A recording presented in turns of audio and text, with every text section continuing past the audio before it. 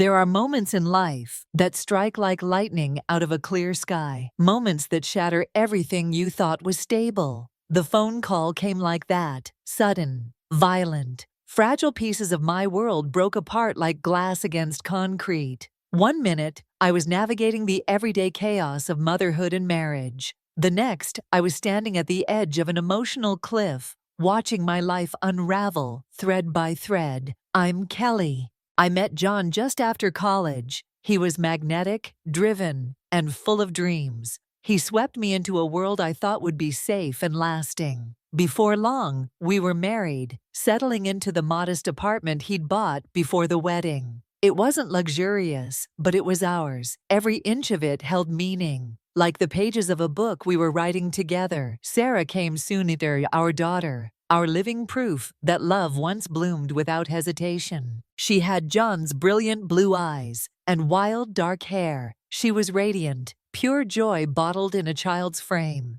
At that point, I believed we had everything: a warm home, a future that glowed with potential, and the quiet satisfaction of love shared in the little things. I worked as a secretary at a small but promising company. The paycheck was modest, but the environment was kind. John was climbing the ladder in his construction firm, always coming home with stories about major projects and powerful meetings. I admired him even when the long hours left me parenting Sarah alone more often than not. But slowly, something began to shift in John. His presence became scarce, but his suspicion grew. He started interrogating me: where I'd been, who I'd seen, what I wore. "Why are you dressed up?" he'd ask, his tone heavy with doubt. At first I laughed it off, but the questions soon turned into an emotional vice, tightening each day. One night, after he grilled me about a simple work event, I lost my patience.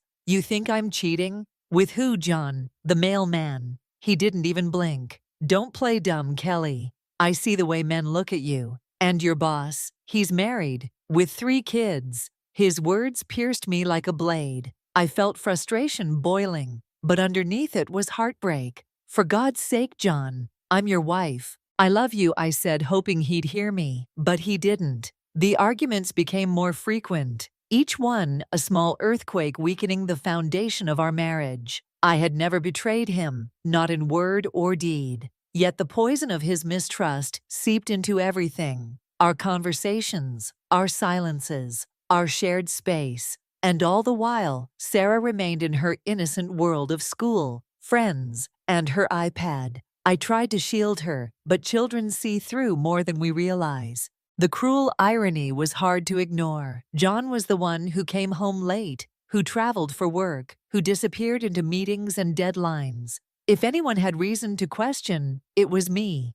But I chose to trust him. I believed in the vows we made, in the man he once was. So why couldn't he do the same? That night, after another exhausting fight, I lay in bed, staring at the ceiling. His soft snores echoed beside me, but I felt like I was in a different universe. I kept asking myself, when did love morph into suspicion? When did trust decay into control? I thought about leaving, about packing up, taking Sarah, and starting over. But reality is often harsher than our daydreams. Where would we go? How would I support her on a secretary's salary? And deeper than all the doubt, I still loved him. Not the man he'd become, but the man he used to be. The man I desperately hoped still existed beneath the bitterness. And just when life already felt too heavy to carry, another blow came. My mother, the one person who had always been my anchor, had a stroke. It hit like a freight train.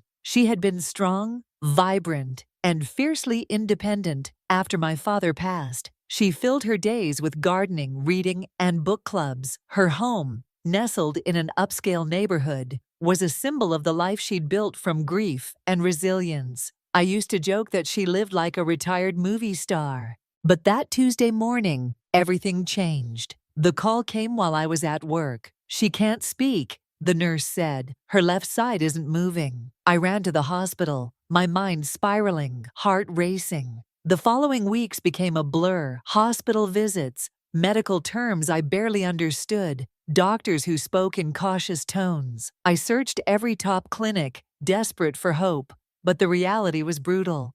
Mom was bedridden, needing 24/7 care. I was drowning, but in slow motion. My job, my daughter, my broken marriage, and now the care of my mother. It felt like too much for one person to carry. Then one evening, John surprised me. "We should move into your mom's house," he said over a dinner, eyes lit with enthusiasm. I nearly choked on my pasta. "What do you mean?" "It's a great house, amazing neighborhood. Sarah would have her own room. Your mom needs care, and you'd be right there. Plus, we could rent out this apartment for extra income." Logically, it made sense. Emotionally, it felt off. Something about it made me pause. Was it guilt, resistance to change, or was I simply afraid of letting go of the life we once had? John didn't understand my hesitation. To him, this was practical. To me, it was personal. A crossroads of identity, of loyalty, of choosing between control and surrender. Maybe he was right. Maybe it was better than sending Mom to a place she always feared. But I couldn't shake the feeling that I was being pulled into a life I hadn't agreed to live. Maybe, just maybe, this could work. The next day I approached my mother with the idea. To my surprise, her face lit up, a flicker of hope in eyes dulled by illness. "Oh, Kelly," she whispered, her voice fragile but eager. "I'd love that. This old house could use some life again." And just like that, the decision was made. We were moving in. As I began packing up the apartment, I couldn't shake the sensation that something irreversible had been set into motion. A new chapter was beginning, but I didn't yet know if it would bring healing or heartbreak. John was elated. He spoke with unfiltered excitement about landscaping the garden, building a man cave in the basement, and finally having a proper home. Even Sarah seemed thrilled by the idea of a bigger room, maybe even a swing in the yard. On the surface, everything seemed to align, but reality, as always, was more complex than the dream. Very quickly, I discovered that caring for a stroke patient was not simply a matter of love. It was a full-time role, one that tested the limits of endurance and grace. After a week of sleepless nights and emotionally draining days, I admitted defeat and hired a daytime nurse. Jenny became our saving grace, arriving at 8 each morning and staying until 6, caring for my mother with quiet professionalism. But the evenings and nights, those were mine alone. After work, I would walk through the door already depleted, only to begin what felt like a second job. My mother, once fierce and full of wit, now struggled to form basic words. She was often silent, frustration clouding her face like a storm. I learned to change her diapers while maintaining her dignity, to give sponge baths, stretch her muscles to prevent atrophy, manage her meds, and feed her soft food with encouraging smiles. There's a kind of grief that comes not from death, but from watching someone fade while still alive. But I did it, not because I had to, but because I loved her. She had once held me through every storm. Now, it was my turn. What I didn't expect, though, was Sarah's reaction. I thought she'd understand, or at least show a little empathy. But children process pain differently. One evening, I found her storming out of the hallway, hand clamped over her nose. "Sarah," I called, "don't you want to say hi to Grandma?" She shook her head with disgust. "No way, it smells gross in there." I blinked, stunned. "Sweetheart, that's not a kind thing to say. Grandma needs our support right now." "I don't care," she snapped. "She's disgusting. I'm not going near her." And just like that, she was gone, slamming the door to her room, like a punctuation mark to a sentence I didn't want to read. I stood frozen, 1,000 emotions fighting for space inside me. Shock, hurt, even guilt. Had I failed to teach her compassion? Or was this just how children cope when faced with the uncomfortable truth of human fragility? I turned to John, hoping for understanding, but his gaze was indifferent, as if I were describing a minor inconvenience. "Not my problem," he muttered when I asked for help. I didn't sign up for this. Maybe he was right, technically, but love isn't a contract. It's a choice we renew, especially when life gets messy. Still, deep inside, resentment took root. While I juggled medicine schedules and emotional exhaustion, John played video games with Sarah, and took her out for ice cream. I was the caretaker. He got to be the hero. Yet I couldn't deny it. Watching them bond was the one bright spot. Their laughter echoed through the house, their connection growing stronger in ways that sometimes made me feel like the outsider in my own family. I would catch them bent over homework or sharing whispered jokes, and my heart would fill with pride and loneliness. 2 years passed in a blur of routines, appointments, and snatched moments of rest. My mother's condition stabilized, but the demands never let up. Somewhere in the chaos, I found rhythm, but never rest. Then, on a quiet Tuesday, everything shifted. The phone rang while I was changing my mother's bed sheets. It was Mrs. Peterson, our old neighbor from the apartment complex. "Kelly, dear," she began, her voice hesitant. I didn't know if I should say anything, but I've seen John, often, with young women, always different, always very pretty. Her words cut through me like glass. I hung up, dizzy with the weight of betrayal. That night I confronted John. "They're potential tenants," he said smoothly, waving away my suspicion like it was an annoying fly. "I'm just showing the apartment." I wanted, so badly, to believe him. But when trust has been worn thin, even silence feels suspicious. And doubt, it grows like mold in the dark. A week later, I found it. A lipstick mark, bold and crimson, on the collar of his white shirt. I stared at it under the light, my hands trembling. I wanted to tell myself it was a food stain or pen ink. But truth has a way of making itself known when you stop running. I waited, I watched, and when John went on his next business trip, I made my move.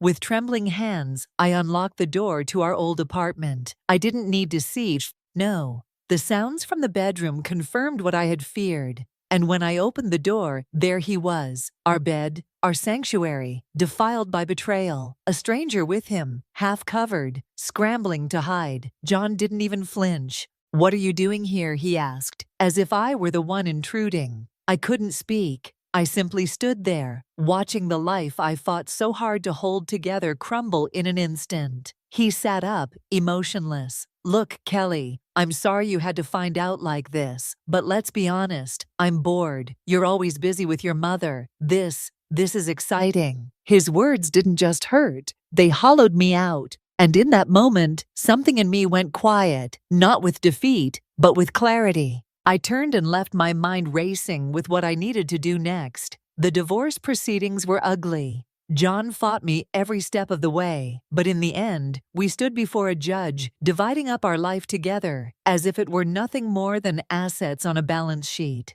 Then came the hardest part, custody of Sarah, at 12. She was old enough to have a say, and her choice shattered my heart. "I want to live with Dad," she declared, her voice steady. "I don't want to be around Grandma anymore. It's gloomy and depressing, and Mom's always trying to make me help." The judge nodded sympathetically, taking into account John's higher income and the stability he could provide, as well as Sarah's clear preference. In the end, John was awarded primary custody. I was devastated, but I tried to focus on what was best for Sarah. John could give her opportunities. One couldn't. Private school dance lessons, summer camps. We agreed on weekends and holidays. For me, a schedule that looked so neat and tidy on paper, yet felt like a gaping wound in my heart.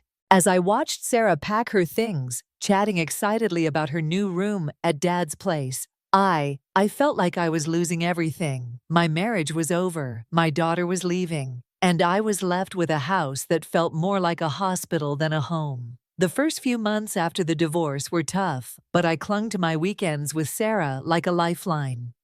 We'd go to the movies, movies, enjoy ice cream in the park, or simply hang out at home. It wasn't perfect, but it was something. Slowly, though, things began to change. Sarah started canceling our plans. "I have a sleepover," she'd say, or "Dad is taking me to a concert." I tried to be understanding, to be the cool mom who didn't make a fuss, but each cancellation felt like a knife twisting in my gut. Soon, the cancellations became more frequent. Weeks would go by without a visit. My calls went straight to voicemail. Text messages were met with one-word responses, if I got any response at all. One Sunday, After yet another canceled visit, I decided to call Sarah directly. The phone rang twice before going to voicemail. I tried again, but this time a robotic voice informed me that the number I was trying to reach had blocked my calls. My hand shook as I dialed John's number. "What do you want, Kelly?" His voice was cold and annoyed. "John, I can't reach Sarah. She's blocked my number. What's going on?" There was a long pause before he responded.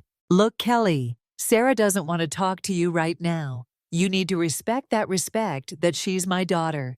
She's also a person with her own feelings." John shot back, "And right now she doesn't want to be around all that negativity at your place. I mean, the sickness, the sadness. Sarah needs stability. She needs a normal family. Sarah has Lisa as a mother figure now. She has a normal family life here. 2 parents, no sick relatives, no drama. Why can't you just let her be happy?" I couldn't speak. Tears streamed down my face, and I was grateful. John couldn't see me. "Look," he continued, his voice softening slightly. "I know this is hard, but if Sarah doesn't want to see you right now, you need to respect that. Don't force it. It'll only push her away more." I wanted to scream, to argue, to demand my rights as a mother, but a small, rational part of my brain whispered that he might be right. If I pushed too hard, I might lose her forever. I sank to the floor, the phone clutched to my chest, sobbing. My little girl, my Sarah, didn't want me anymore. Someone else was being her mother, kissing her goodnight, helping with her homework, sharing all the moments I was missing. Hours later, my mother found me still on the floor, managing to shuffle over with her walker, her face creased with concern. "Kelly," she said, her voice stronger than it had been in months. "What's wrong, sweetheart?" I looked up at her, this woman who had been my rock for so long, the one I had been caring for these past few years. In that moment, the roles reversed again. I was a child seeking comfort from my mother. "Oh, Mom," I cried, reaching for her frail hand.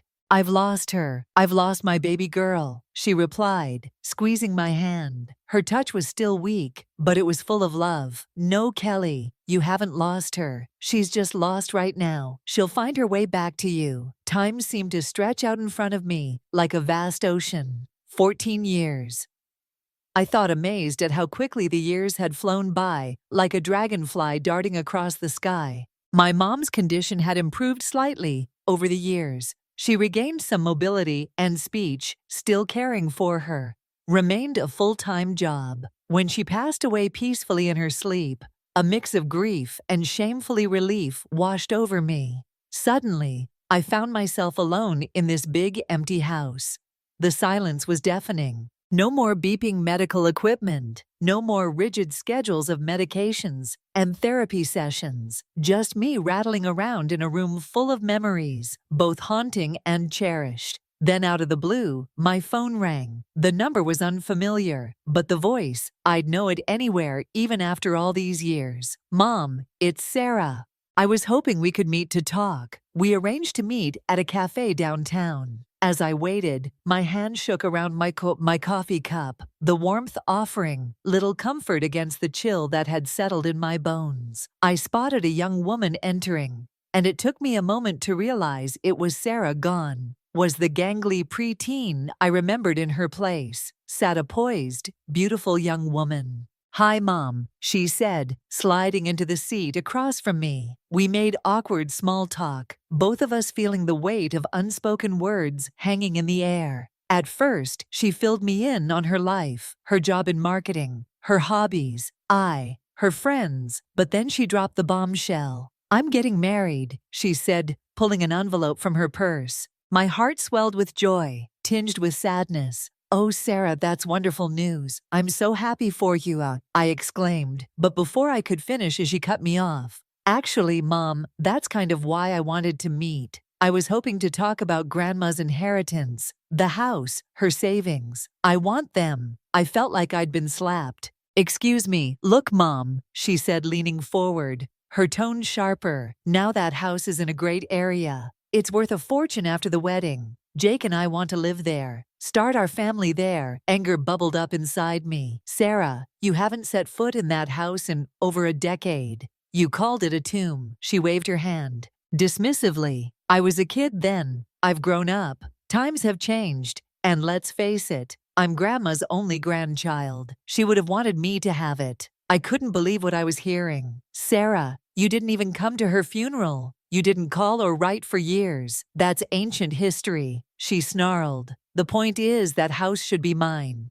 I deserve a comfortable life. I was practically shaking with rage. Now you didn't lift a finger to help when Grandma was sick. I gave up my life to care for her, and now you think you deserve her house. Her face hardened. Fine. If that's how you want to play it, I'll get what's rightfully mine. She stood up abruptly, snatching the wedding invitation from the table. You know what? Forget it. You're not invited to the wedding. I don't need your negativity there, and I don't need your permission to take what's mine. As she stormed out of the cafe, I sat there stunned. The daughter I had loved and missed for all these years was gone in her place, was a stranger consumed by greed. The days following that disastrous cafe meeting passed in a haze, alternating between waves of grief and annoying emptiness. But as the dust settled, I realized something surprising. I felt relieved. The weight of hoping for reconciliation and longing for a relationship with Sarah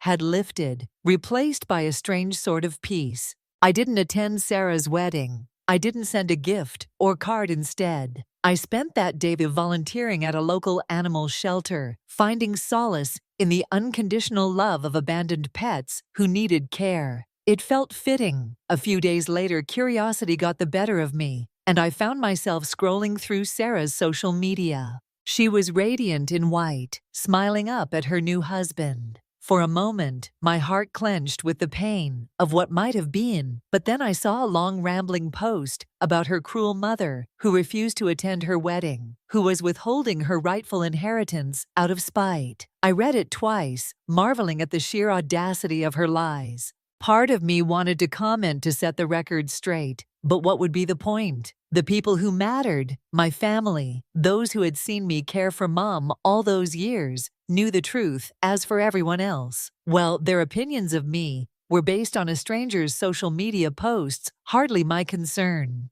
A week later, my cousin Jenny called. Kelly, I thought you should know, she said, her voice a mix of anger and concern. Sarah has been talking about suing you for your mom's estate. I wasn't surprised. Let her try. That's just it, Jenny continued. Apparently, she talked to a lawyer. He told her she doesn't have a leg to stand on. Your mom left everything to you, clear as day. I couldn't help but chuckle. Of course, Mom had taken care of that. She'd always been the practical one. Thanks for letting me know, Jenny, I said, but honestly, I don't care what Sarah does anymore. She's made her choices. There was a pause on the other end of the line. I'm proud of you, Kelly. After everything you've been through, you deserve some peace. As I hung up the phone, I looked around the house, Mom's house, now my house. Every corner held memories, some painful, some beautiful. But for the first time in years, I felt like I could breathe here. I walked to the window looking out at the garden. Mom had loved so much, it had grown a bit wild in recent years. But I could see its potential. Maybe it's time to bring some life back to it. I thought as I stood there, planning my next trip to the garden center. I realized something profound. The chapter of my life revolving around Sarah, with all its hope and pain, was finally closing. But that didn't mean my story was over. Far from it. The garden was in full bloom, a testament to my healing journey. When the call came, I had spent the past few months pouring myself into its restoration, finding solace in the simple act of nurturing life. The roses Mom had left behind were just starting to open, their scent filling the air. As I pruned the bushes, my phone buzzed in my pocket. An unknown number. I almost didn't answer, but something compelled me to press the green button. Hello, Mom. Sarah's voice trembled with tears. Mom, I need your help. I froze my hands, stilled, mid-prune. Sarah, what's wrong? I'm pregnant. She sobbed, her voice frantic. And we are struggling. Mom, I need money. You can't leave your grandchild without anything. I listened silently as she rambled on, her words becoming more frantic and accusatory. You abandoned me, Mom. You never tried to contact me, never fought for me, and now you're going to abandon your grandchild too. Something inside me snapped. but it wasn't anger that surged within me. It was a calm, unshakable resolve that settled over me like a protective shield. "Sarah," I said, my voice steady and unwavering, cutting through the tension that hung in the air. "That's enough." She fell silent, her breath hitching, probably taken aback by my sudden interruption of her tirade. The silence that followed was heavy, charged with unspoken words. "I never abandoned you," I continued, the memories flooding back to me like a relentless tide. "I sent child support every month without fail. I called, I texted, I emailed. You blocked my number. You made a choice. When you decided to choose your stepmother over me, you made your decisions, and I respected them even when they broke my heart into a million pieces." "But Mom," she began, her voice wavering slightly. "No, Sarah, I'm not finished." My words were firm, each one carefully chosen. "You are an adult now, and soon you'll be a parent yourself. It's time you took responsibility for your choices and for your life. I'm not your bank. I'm not your safety net, and I refuse to be manipulated by lies and guilt trips any longer." I could hear her breathing heavily on the other end of the line, a mix of frustration and desperation, filling the silence. "If you need help, go to your father and stepmother. They're your real family. Remember the one you chose? I've made my choices too, and you can't guilt me into being someone I'm not anymore." "I'm sorry," she cried, the plea tumbling from her lips, raw and unfiltered. For a brief moment, I almost believed her, my heart ached with the flicker of hope. But I quickly steadied myself, reminding myself of the journey I had taken to reach this point. "You've had your chance, Sarah, I'm done." With that final declaration, I hung up the phone and returned to my garden, stepping outside into the warmth of the sun, which poured down like liquid gold, illuminating my path with a soft glow. The garden welcomed me back, its vibrant colors and fragrant blooms offering a stark contrast to the heaviness that had been weighing on my heart just moments before. As I began to trim the rose bushes, I felt a lightness lift my spirit, an exhilarating sense of freedom that I had not experienced in years. At long last, I could let go of the past with each snip of the shears. I wasn't merely pruning the plants. I was also severing the ties that had bound me to a relationship that had turned toxic. No longer would I cling to the hope of reconciliation with Sarah. Instead, I resolved to cultivate new beginnings, both in my garden and within my heart. It was time to heal, time to grow, time to bloom. As I worked in the garden, the rhythmic sound of shears snipping through branches became almost meditative. The vibrant hues of the flowers danced in the gentle breeze, and the sweet fragrance enveloped me, soothing the remnants of my earlier turmoil. I took a deep breath, inhaling the scent of freshly cut roses, and felt a profound sense of purpose settle within me. I paused for a moment, looking around at the chaos of the garden. Overgrown weeds tangled among the blooms, some plants struggling for sunlight, while others thrived in their designated spaces. It mirrored the chaos in my own life, the struggles and decisions that had shaped me into who I was today. Just like these flowers, I murmured to myself, I can grow stronger. Suddenly, the distant sound of laughter broke through my reverie. I turned my head to see a neighbor's children playing in their backyard, their joy spilling into the air like the bright colors of the garden. It reminded me of simpler times, moments filled with innocence and carefree laughter. A soft smile crept onto my face, the warmth of nostalgia washing over me. "Hey, Mrs. Thompson," one of the children called out, waving enthusiastically. I waved back, my heart lifting a little more at their exuberance. "What are you doing?"